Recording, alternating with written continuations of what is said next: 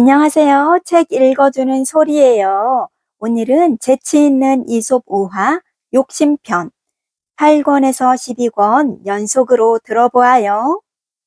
재치 있는 이솝 우화 8권 욕심이 화를 부른다. 그 고기는 내 거야. 우르륵 꾸르륵. 잠에서 깬 사자가 어슬렁어슬렁 먹잇감을 찾아 나섰어요.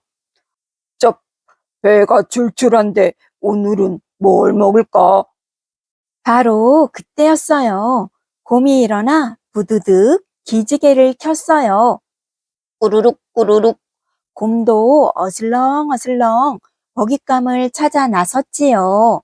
곰은 이리 기웃 저리 기웃 한참을 걸어가다가 코를 킁킁거렸어요. 맛있는 고기 냄새네.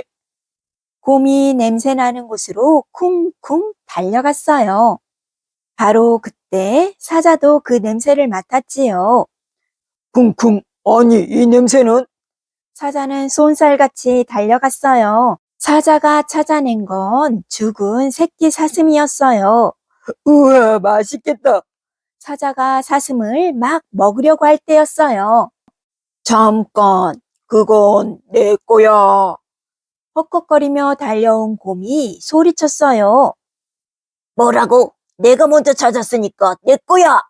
사자도 재지 않고 소리쳤어요. 그 냄새는 내가 먼저 맡았어. 조금 늦게 왔을 뿐이라고. 사자와 곰은 죽은 사슴을 놓고 조금도 물러서지 않았어요. 내 거야. 건드리지 마. 으르렁, 으르렁. 사자와 곰이 싸우기 시작했어요. 둘은 한참을 싸워서 힘이 쪽 빠졌어요. 둘 다 숨을 헐떡거리며 불썩 쓰러졌지요. 아휴, 힘들어서 꼼짝도 못하겠네. 그때 숨어서 몰래 지켜보던 여우가 군침을 꼴깍 삼키며 뛰어왔어요. 헤헤, 그럼 이건 내가 가져갈게. 여우는 새끼 사슴을 물고 휙 달아났어요. 이 못된 여우야, 그거 놓고 가! 사자와 곰이 고래고래 고함쳤지만 여우는 사슴을 물고 총총 사라졌답니다. 욕심이 화를 부른다. 그림자의 주인은 누굴까? 한 청년이 나귀를 사서 마부와 함께 먼 길을 떠나려고 했어요. 잘 다녀올게요. 청년이 나귀에 올라타자 마부가 나귀를 끌고 출발했어요.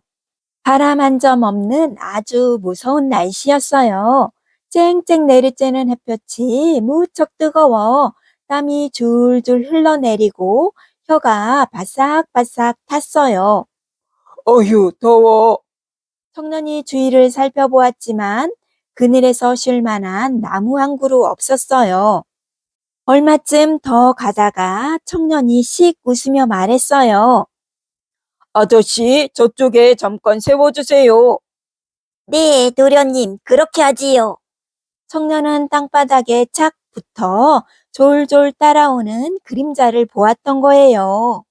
청년은 나귀의 그림자에 누워 스르르 눈을 감았어요. 이제 좀 시원하군. 한숨 자고 가야겠다. 그런데 쿨쿨 자던 청년은 금방 잠에서 깼어요. 따가운 햇살이 쿡쿡 찔렀던 거예요. 이게 어떻게 된 거지? 청년이 둘러보니 나귀는 다른 곳에 있고 나귀 그림자에서 마부가 쉬고 있었어요. 청년은 화를 내며 말했어요. 아저씨, 비켜주세요. 도련님, 그렇게는 못하겠는데쇼.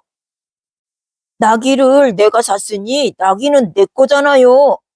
맞아요. 하지만 나귀가 만든 그림자까지 도련님이 산 건 아니잖아요. 그때 나귀가 불쩍불쩍 힝. 거참, 자기들만 덥나? 나도 덥다고. 꽃이 풀린 나귀는 저 멀리 도망쳐 버렸어요. 그 고기는 내 거야. 그림자의 주인은 누굴까?에서 배우는 지혜. 그 고기는 내 거야에서 배고픈 사자와 곰은 먹잇감을 찾아다니다가 죽은 사슴을 발견했어요. 둘은 서로 먼저 발견했다며 싸우다가 지쳐 쓰러졌어요. 마침 숨어서 지켜보던 여우가 먹잇감을 냉큼 가로챘지요. 사자와 곰은 먹이를 얻기 위해 죽을 힘을 다해 싸웠지만 결국 아무것도 얻지 못했어요. 그림자의 주인은 누굴까에서는 어떤 청년이 마부를 고용하여 나귀를 타고 여행을 떠났어요. 햇볕이 내리쬐자 청년과 마부는 서로 나귀 그림자에서 쉬려고 실랑이를 했어요. 그 사이에 나귀는 냅다 도망가 버렸지요. 지나치게 욕심을 부리면 아무것도 얻지 못할 수도 있답니다. 재치 있는 이솝 우화. 자신을 알아야 해. 강아지가 되고 싶은 나귀. 어느 농장에 나귀와 강아지가 살았어요. 나귀는 날마다 주인을 따라 나가 하루 종일 힘들게 일했어요. 해가 져야 터벅터벅 마구간으로 돌아왔어요. 나귀는 여물을 우적우적 먹으며 말했어요.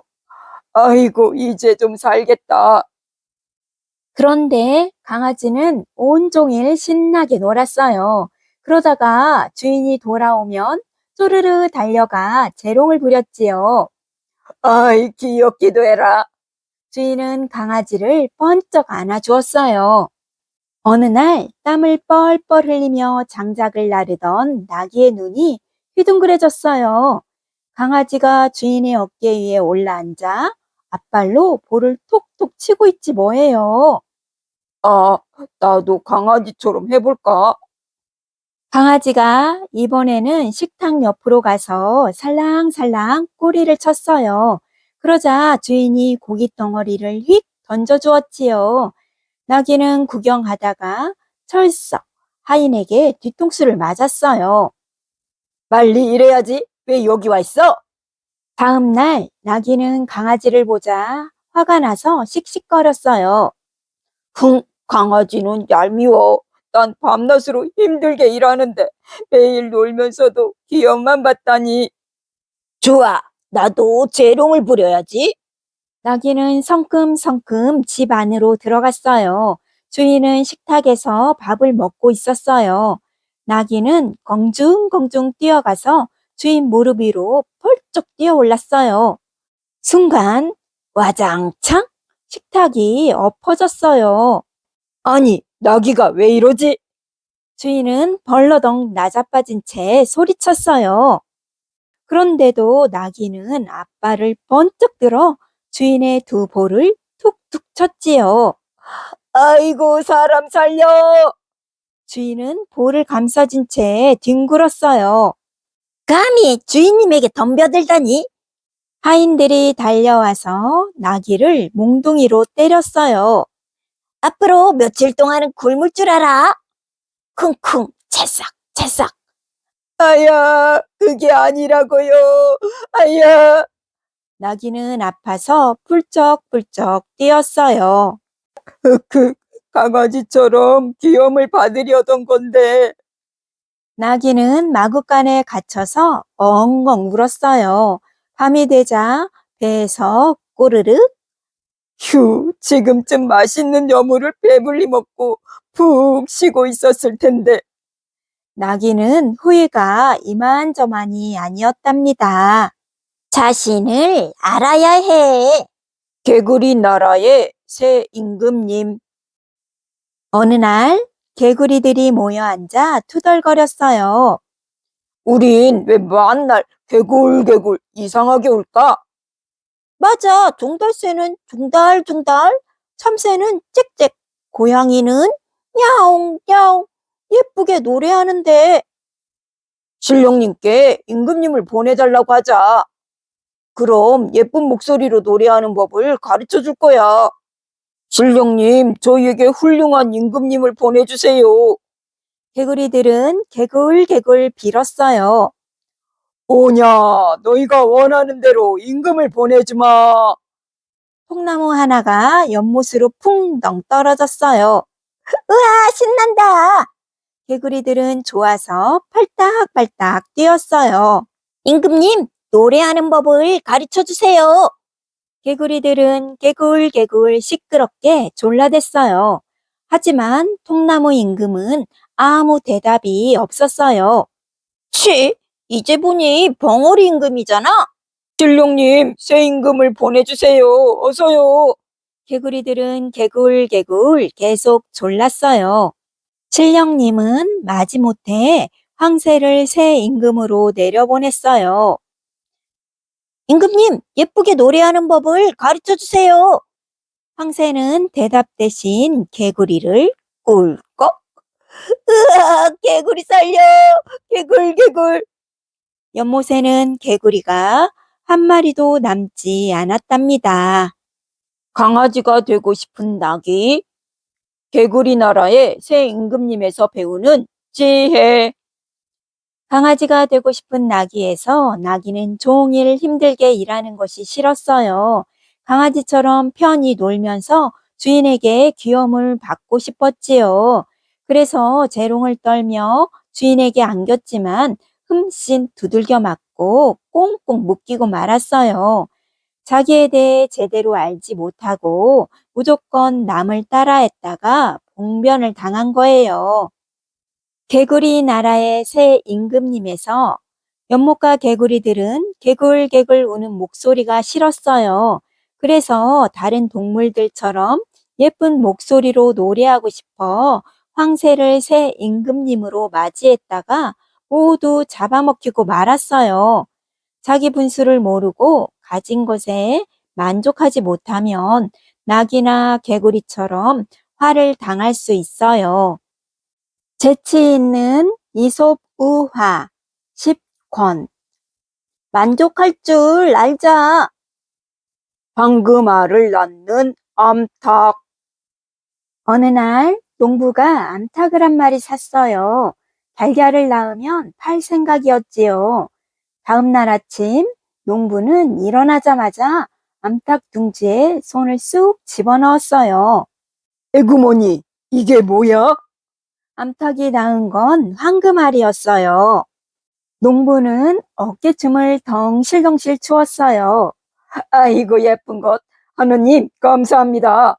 농부는 황금알을 판 돈으로 밀가루 한 포대, 옥수수 2자루를 샀어요. 곡식을 사고도 돈이 이렇게 많이 남았네. 암탉은 날마다 황금알을 하나씩 낳았어요. 다음 날은 황금알을 팔아서 먹을 것을 푸짐하게 샀어요. 고기도 먹고 케이크도 배불리 먹었지요. 지금 내가 꿈을 꾸고 있는 건가? 농부는 자기 볼을 힘껏 꼬집어 보았어요. 아야야, 역시 꿈은 아니었군. 그 다음 날은 황금알을 팔아 멋진 양복과 구두를 샀어요. 농부는 누더기 옷을 벗어 던지고 날띠 낡은 신발도 벗어버렸어요. 난 이제 부자라고. 농부는 이제 밭에 나가 일하지 않았어요. 그까지 채소들은 새들이나 먹으라지 뭐. 채소는 시들고 밭은 잡초로 뒤덮였어요. 농부는 돈을 흥청망청 쓰기 바빴지요. 어느 날 농부는 길을 걷다가 딱 멈췄어요. 와, 으리으리한 집이구나. 저런 집을 사려면 황금알이 많아야겠지? 농부는 그 집을 가지고 싶었어요. 암탉이 황금알을 더 빨리 낳으면 좋겠다. 농부는 곰곰 생각하다가 무릎을 탁 쳤어요. 그렇지. 암탉의 배에서 황금알을 모두 꺼내자. 농부는 후다닥 집으로 달려와 암탉의 배를 갈라보았어요. 아무것도 없잖아. 암탉의 뱃속은 텅텅 비어 있었어요. 농부는 다시 가난해졌어요. 내가 너무 욕심을 부렸나 봐. 농부는 어깨가 축 처져서는 잡초만 돋아나 있는 밭으로 일하러 나갔어요. 만족할 줄 알자. 욕심쟁이 개와 고깃덩이. 배고픈 개가 터덜터덜 걷고 있었어요. 아, 배가 너무 고파. 그때 맛있는 냄새가 솔솔 풍겨왔어요. 어떤 개가 고깃덩이를 물고 가는 거예요. 배고픈 개는 고기를 빼앗으려고 덤벼들었어요. 하지만 그 개에게 된통 혼만 났어요. 깨갱! 배고픈 개는 멀리 도망쳐 개울가를 지나고 있었어요. 그런데 돌무더기 옆에 무언가 떨어져 있었어요. 저건 고깃덩이잖아. 개는 재빨리 달려가 덥석 물었어요.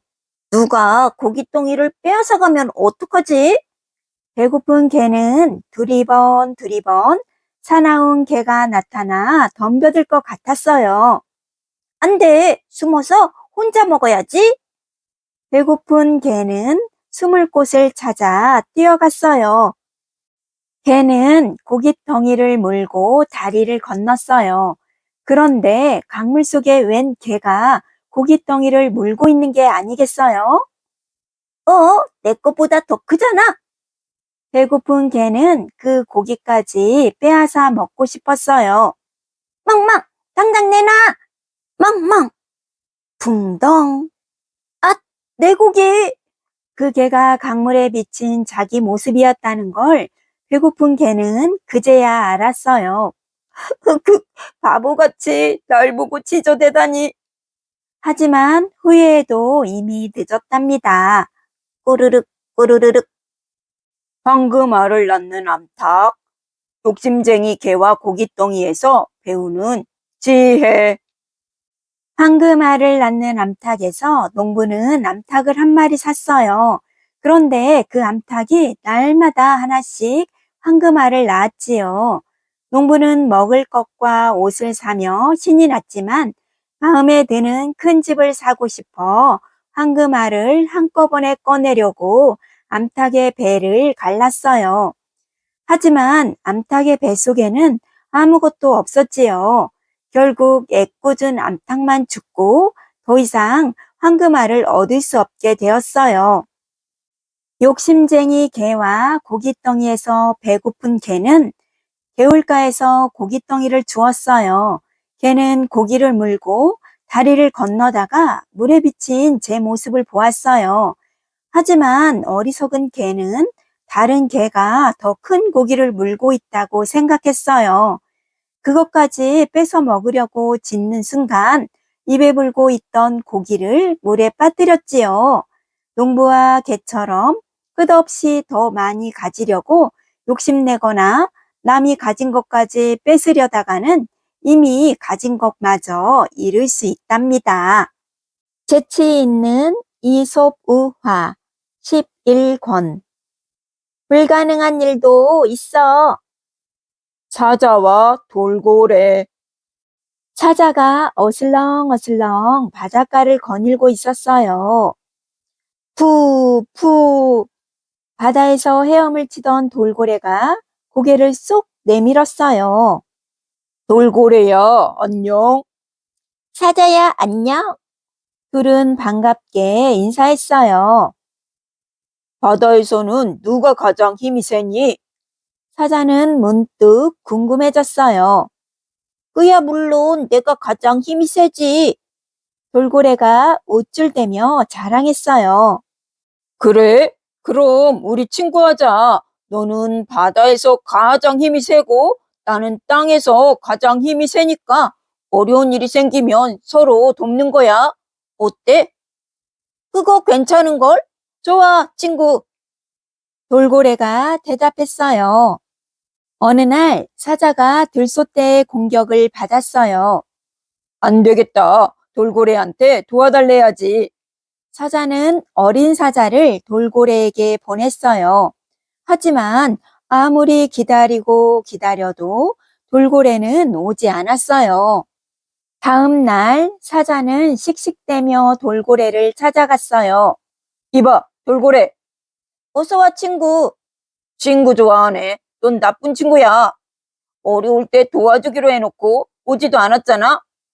사자는 화를 벌컥 냈어요. 돌고래는 고개를 푹 숙였어요. 미안해. 나도 널 도우러 가고 싶었어. 하지만 나는 발이 없잖아. 가고 싶어도 무트로 갈 수가 없었다고. 그러고 보니 나도 바닷물로 뛰어들 수 없잖아. 사자는 생각이 짧았다는 걸 깨달았어요. 그랬구나. 서로 도와줄 수 없어도 우리 친구 맞지? 그래, 사자야. 넌 좋은 친구야. 사자와 돌고래는 서로를 바라보며 하하 웃었어요. 불가능한 일도 있어. 배가 뻥뻥뻥. 검둥이, 누렁이, 점박이가 여행을 하고 있었어요. 꾸르륵, 꾸르륵, 꾸르르륵. 검둥이, 누렁이, 점박이의 배에서 천둥치는 소리가 났어요. 아, 배고파. 도저히 못 참겠다. 검둥이가 투덜거렸어요. 저기 개울이 있다. 점박이가 내달리며 소리쳤어요. 물이라도 마시면 좀 낫겠지? 검둥이, 누렁이도 쏜살같이 뒤따라갔어요. 오잉. 물을 마시던 점박이 눈이 동그래졌어요. 저길 봐. 고깃덩이가 있어. 누가 개울을 건너다 떨어뜨렸나 봐. 배고픈데 잘 됐다. 꺼내 먹자. 검둥이, 누렁이, 점박이는 앞다리를 쭉쭉쭉 뻗었어요. 하지만 고깃덩이에 발이 닿지 않았어요. 너무 머네. 이걸 어쩌지? 좋은 수가 있어. 검둥이가 꼬리를 흔들며 말했어요. 우리가 물을 몽땅 마셔버리자. 그럼 고깃덩이를 건질 수 있어. 오, 그거 좋은 생각인데? 검둥이, 누렁이, 점박이는 나란히 엎드려 개울물을 마시기 시작했어요. 꿀꺽꿀꺽. 벌컥벌컥벌컥. 검둥이, 누렁이, 점박이의 배가 점점 빵빵해졌어요. 셋은 쉬지 않고 물을 마셨어요. 꿀꺽꿀꺽. 벌컥벌컥. 그 순간이었어요. 뻥! 뻥! 뻥! 검둥이, 누렁이, 점박이의 배가 그만 뻥 터지고 말았어요. 사자와 돌고래. 배가 뻥뻥뻥에서 배우는 지혜. 사자와 돌고래에서 육지의 왕 사자는 바다에서 가장 힘이 센 돌고래와 친구가 되었어요. 그리고 어려운 일이 있을 때 서로 돕기로 약속했지요. 어느 날 사자가 들소떼의 공격을 받았는데 돌고래는 도와주러 오지 않았어요. 사자는 돌고래에게 화를 냈지만 물을 떠나면 살 수 없는 돌고래는 무트로 나가 사자를 도울 수 없었다고 말해요. 배가 뻥뻥뻥에서 검둥이, 누렁이, 점박이는 개울 속에 있는 고깃덩이를 보았어요. 개들은 고깃덩이에 발이 안 닿아 건져 먹을 수 없자 개울물을 모두 마시기로 했어요. 하지만 아무리 마셔도 개울물이 줄 턱이 없지요. 결국 개들은 배가 터지고 말았어요. 애초에 불가능한 일은 아무리 애써도 이룰 수 없답니다. 재치 있는 이솝우화 12권 항상 겸손해야 해. 물고기왕 우락부락이. 깊고 푸른 바닷속에 우락부락이라는 사나운 물고기가 살았어요. 이놈들아, 나는 물고기의 왕이다. 우락부락이는 물속을 휘젓고 다니며 물고기들을 닥치는 대로 잡아먹었어요. 물고기들은 무서워 모두 숨어 지냈어요. 마음대로 돌아다닐 수가 없으니 큰일이야. 아, 배고파. 이러다가 굶어 죽겠어. 물고기들은 먹이를 구하지 못해 빼빼 말라갔어요. 어느 날 우락부락이가 낮잠을 자고 있을 때였어요. 물고기들은 살금살금 밖으로 나와 돌아다녔지요. 그런데 갑자기 큰 그물이 물고기들을 에워쌌어요. 그 바람에 우락부락이도 눈을 번쩍 떴지요. 저놈들이 겁도 없이 돌아다니네. 이놈들 한 입에 몽땅 먹어주마. 우락부락이는 그물을 향해 재빠르게 헤엄쳤어요. 빼빼 마른 물고기들은 깜짝 놀라서 그물 사이로 쏙쏙 빠져나갔지요. 뒤룩뒤룩 살찐 우락부락이만 그물에 갇혔어요. 어머나, 이게 어떻게 된 거지? 아이쿠, 얼마나 잡혔길래 이렇게 무거워? 어부가 힘겹게 끌어올린 그물에는 우락부락이 한 마리만 걸려 있었어요. 그동안 물고기가 왜 안 잡히나 했더니 이 녀석이 다 잡아먹었구나. 어부는 욕심쟁이 우락부락이를 냉큼 잡아갔어요.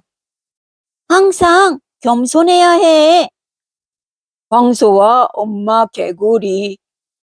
작은 연못에 엄마 개구리와 아기 개구리들이 바글바글 모여 살았어요. 엄마, 세상에서 누가 제일 커요?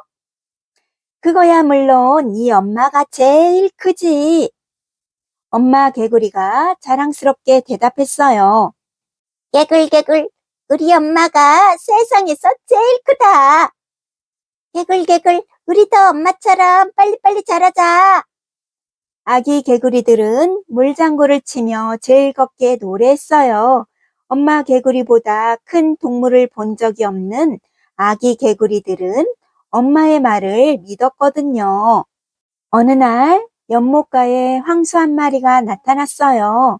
황소는 엉기적 연못으로 오더니 물을 벌컥벌컥 들이켰어요.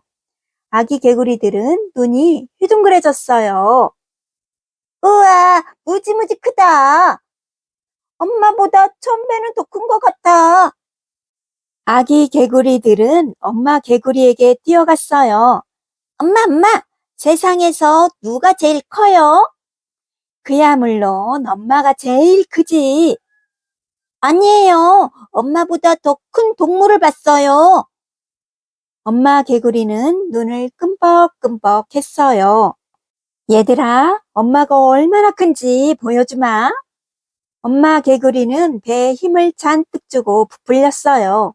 백가죽이 풍선처럼 팽팽하게 늘어났어요. 어떠니 엄마가 더 크지? 깨깨깨, 작아요. 엄마가 훨씬 작아요. 엄마 개구리는 더욱더 힘을 주며 뱃속에 바람을 잔뜩 불어넣었어요. 배가 조금 더 빵빵하게 부풀어 올랐어요. 봐라, 이제 엄마가 더 크지? 아니요. 그래도 괴물이 훨씬 더 커요. 엄마 개구리는 아기 개구리들을 실망시키고 싶지 않았어요. 그래서 두 눈을 꼭 감고 배를 더 크게 부풀렸어요. 지금은 어떠니? 아직 멀었어요, 엄마. 그 동물은 어마어마하게 크다니까요. 엄마 개구리는 배가 터질 것 같았어요. 철 모르는 아기 개구리들은 열심히 응원했지요. 힘내요, 깨꿀. 더 크게요, 깨꿀. 엄마 개구리는 배를 자꾸자꾸 부풀렸어요. 그러다 그만 빵 터져버렸답니다. 물고기왕 우락부락이 황소와 엄마 개구리에서 배우는 지혜. 물고기왕 우락부락이에서 우락부락이는 바닷속을 휘젓고 다니며 물고기들을 닥치는 대로 잡아먹었어요. 물고기들은 우락부락이를 피해 숨어 있느라 먹이를 구하지 못하고 빼빼 말라갔어요. 그러던 어느 날 우락부락이는 혼자 그물에 걸리고 말았어요. 바다가 자기 것인 양 혼자서 독차지하려고 욕심을 내다가 다시는 바다를 헤엄치지 못하게 된 거예요. 황소와 엄마 개구리에서 엄마 개구리는 아기 개구리들에게 자기가 세상에서 가장 크다는 걸 보여주고 싶었어요. 그래서 황소처럼 크게 배를 부풀리다가 결국 배가 터지고 말았지요. 겉으로 보이는 크기보다 엄마의 사랑이 얼마나 큰지를 알려주었다면 그런 일이 일어나지는 않았겠지요. 재치 있는 이솝 우화 13권. 분수를 알아야 해. 사자 가죽을 쓴 당나귀. 겁이 많은 당나귀가 걸어가고 있었어요. 그때 풀숲에서 바스락바스락.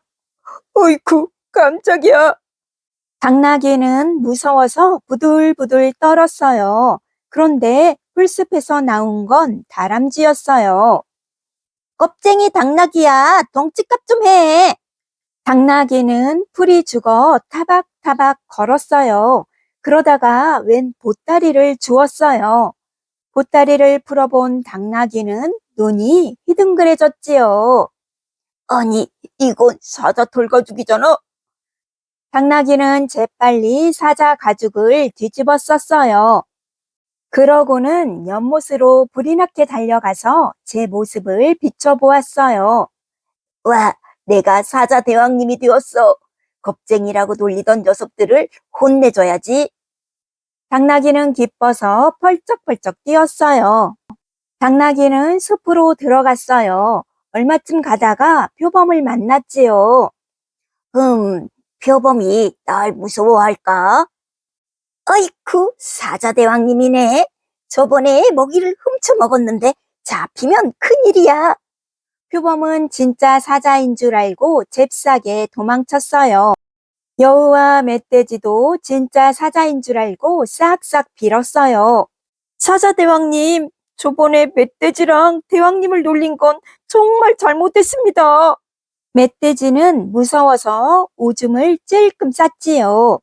숲속 동물들은 모두 꼭꼭 숨어서 바들바들 떨고 있었어요. 기기, 더 놀라게 해줘야지. 당나귀는 아빠를 치켜들며 어흥 하고 외쳤어요. 그런데 숲에 울려 퍼진 소리는 힝 히히힝. 아니, 이건 당나귀 울음소리잖아. 숨어있던 동물들이 하나 둘 나왔어요. 저 길쭉한 귀 좀 봐. 당나귀가 사자 가죽을 뒤집어 쓴 거야. 당나귀는 흠씬 두들겨 맞고는 숲에서 영영 쫓겨나고 말았답니다. 분수를 알아야 해. 하늘을 날고 싶은 거북이. 하늘에서 독수리가 훨훨 날아가고 있었어요. 독수리는 참 좋겠다. 나도 날개가 있으면 어디든 날아갈 텐데. 거북이는 목을 길게 빼고 부러운 듯 독수리를 쳐다보았어요. 거북이는 낑낑대며 독수리를 찾아갔어요. 하늘을 나는 방법을 가르쳐줘. 날개도 없으면서 무슨 소리야? 독수리가 고개를 살래살래 흔들었지만 거북이는 조르고 또 졸랐어요. 나를 움켜쥐고 날아가면 되잖아. 안 돼. 높은 데서 떨어지면 큰일 나. 아니야. 딱 한 번만. 응? 거북이가 하도 졸라대는 바람에 독수리는 할 수 없이 고개를 끄덕였어요. 독수리는 거북이 등딱지를 꽉 움켜쥐고 푸득푸득 하늘로 날아올랐어요. 와, 하늘을 나는 게 이런 기분이구나. 거북이는 신이 나서 팔다리를 바동거렸어요. 혼자서도 날 수 있을 것 같았어요. 독수리야, 이제 날 놓아줘. 무슨 소리야? 혼자서도 날 수 있다니까. 멋지게 날아볼게. 거북이가 큰 소리를 땅땅 치자 독수리는 슬그머니 거북이를 놓았어요. 와, 나 혼자서 하늘을 난다. 하지만 짜릿한 기분도 잠시뿐이었어요. 어. 거북이는 쏜살같이 땅으로 떨어져서 땅바닥에 퍽! 그 뒤로는 아무도 거북이를 보지 못했답니다. 사자 가죽을 쓴 당나귀. 하늘을 날고 싶은 거북이에서 배우는 지혜. 사자 가죽을 쓴 당나귀에서 당나귀는 사자 가죽을 뒤집어 쓰고 왕처럼 굴었어요. 숲속 동물들은 진짜 사자인 줄 알고 벌벌 떨었지요. 신이 난 당나귀는 동물들을 더 놀래주려고 큰 소리로 외쳤어요. 하지만 그 소리 때문에 당나귀라는 게 들통나 흠씬 두들겨 맞고 쫓겨났지요.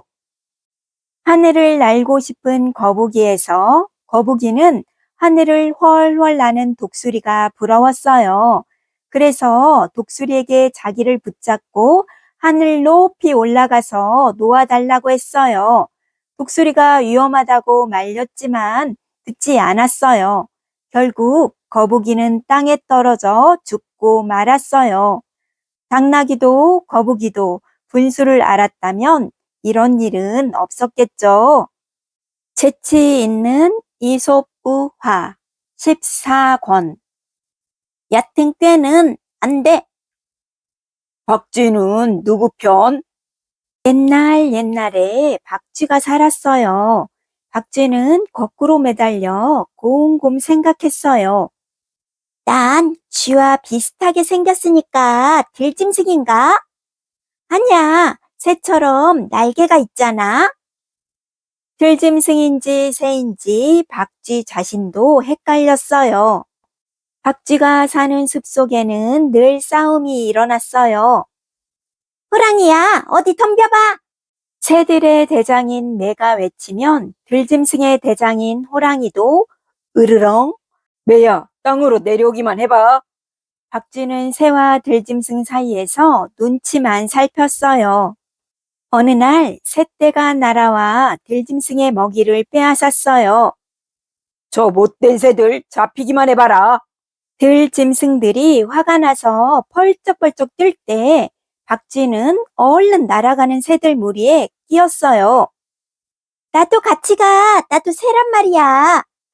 그날 밤 새들이 쿨쿨 잠을 자는데 들짐승들이 살며시 다가왔어요. 괘씸한 새들아, 어디 맛 좀 봐라. 들짐승들이 나무를 쿵쿵 받고 흔들자 새들이 깜짝 놀라 날아갔어요. 새들이 혼쭐 나는구나. 그렇다면 박쥐는 슬쩍 들짐승들 틈에 끼어들었어요. 그걸 보고 호랑이가 버럭 소리를 질렀어요. 잠깐, 너는 새가 아니냐? 아니에요. 난 두 다리로 걷는 들짐승이에요. 박쥐는 화들짝 놀라 날개를 감추었어요. 다음 날은 새들이 돌멩이를 들고 와서 들짐승들에게 마구 던졌어요. 아야, 호랑이 살려. 들짐승들은 이리저리 달아났지요. 박쥐는 슬그머니 새들 편에 끼어들었어요. 싸움이 계속되자 동물들은 서로 지쳤어요. 그래서 어느 날 새들과 들짐승들은 사이좋게 지내기로 약속했어요. 이제 우린 친구야. 친구가 된 새와 들짐승들이 박쥐를 나무랐어요. 여기 붙었다, 저기 붙었다. 참 나빠. 얄미운 박쥐야, 저리 가버려. 박쥐는 이제 오갈 데가 없어졌어요. 휴, 내가 왜 그랬을까?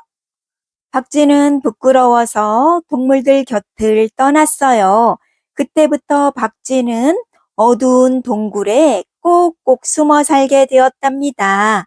얕은 꾀는 안 돼. 수탉과 하녀들. 어느 시골 마을에 아주 부지런한 아주머니가 살았어요. 쉬지도 않고 하루 종일 일만 했지요.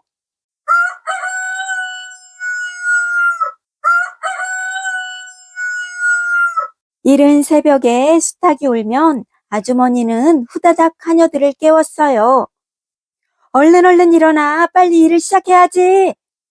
부지런한 아주머니 때문에 하녀들은 꼭두 새벽부터 일을 해야 했지요. 수탉만 없으면 좀 더 잘 수 있을 텐데. 하녀들은 국리 끝에 수탉을 없애버렸어요. 이제 수탉이 사라졌으니 주인 마님도 새벽같이 못 일어날 거야. 하녀들은 두 다리 쭉 뻗고 잠이 들었어요. 그런데 이게 웬일이에요? 아주머니는 전보다 훨씬 일찍 일어나 하녀들을 두드려 깨웠어요. 꿈을 대지 말고 일어나! 어서 일하러 나가야지! 수탉이 없어 시간을 알 수 없으니 더욱 부지런을 떨었던 거예요. 잔꾀를 부린 하녀들은 전보다 더 힘들게 일을 해야 했답니다. 박쥐는 누구 편? 수탉과 하녀들에서 배우는 지혜. 박쥐는 누구 편에서 새와 짐승들이 편을 갈라 싸우자 박쥐는 머리를 굴렸어요. 새들이 이길 것 같으면 새 편이 되고 짐승들이 이길 것 같으면 짐승 편이 되었지요. 그러다 새와 짐승들이 사이좋게 지내기로 하자 어느 쪽도 얄미운 박쥐를 무리에 끼워주지 않았어요. 박쥐는 약삭빠르게 행동하다가 결국 동굴에 꼭꼭 숨어 사는 처지가 되었답니다. 수탉과 하녀들에서 이른 새벽 수탉이 울면 하녀들은 일어나 하루 종일 힘들게 일했어요. 하녀들은 일찍 우는 수탉 때문에 힘들다고 여기고 주인 몰래 수탉을 없애버렸어요. 하지만 시간을 알 수 없게 된 주인은 더 일찍 하녀들을 깨웠지요. 이득을 보려고 잔꾀를 부리다가 오히려 손해를 본 거예요. 재치 있는 이솝 우화 15권. 보이는 게 전부는 아니야. 허풍쟁이 파리대장.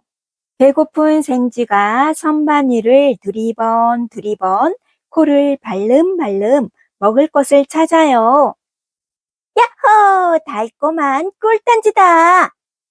그런데 단지가 미끄러워 기어오를 수 없었어요. 생쥐는 까치발도 해보고 폴짝폴짝 뛰어도 보고 낑낑 끙끙 밀어도 보았어요. 그러다 그만 와장창 쨍강. 이게 무슨 소리야?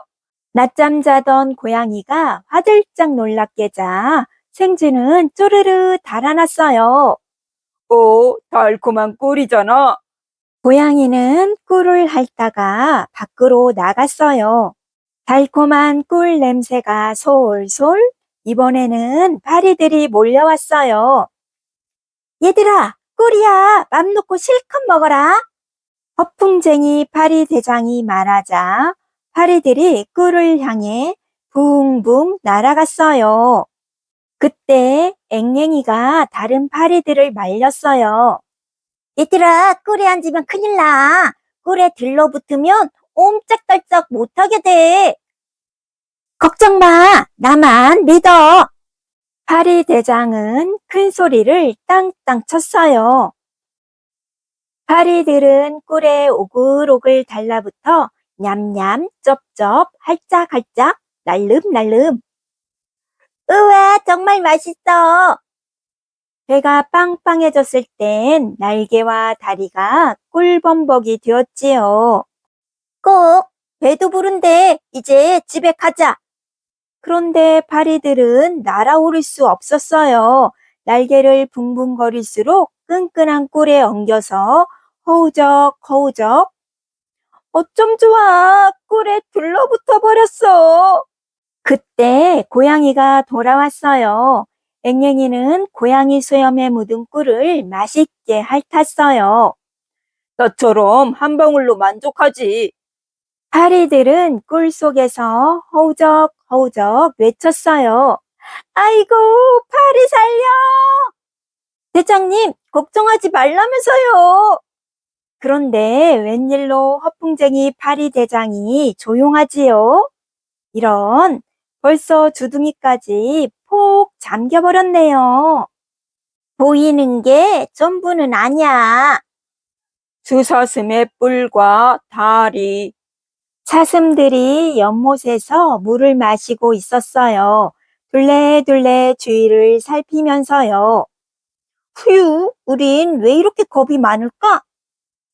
우리는 날카로운 이빨도 힘센 발톱도 없잖아. 그러니까 항상 조심해야지. 그러자 수사슴 한 마리가 으스대며 말했어요. 그 대신 난 멋진 뿔이 있어. 내 뿔은 사냥꾼이 탐을 낼 정도로 아주 멋지다고. 힘 겨루기 할 때도 최고지. 물을 다 마셨으면 그만 가자. 사슴들이 무리를 지어 연못을 떠났어요. 그런데 수사슴은 물에 비친 제 모습을 보느라 혼자 남았어요. 내 뿔은 정말 멋져. 어쩜 이리 아름다울까? 그러다가 수사슴은 얼굴을 찌푸렸어요. 뿔은 멋진데 다리는 왜 이럴까? 삐쩍 마르고 길기만 하잖아. 사슴은 다리를 들었다 놨다 툴툴거렸어요. 다리도 뿔처럼 멋지면 좋을 텐데. 바로 그때 컹컹 개 짖는 소리가 들렸어요.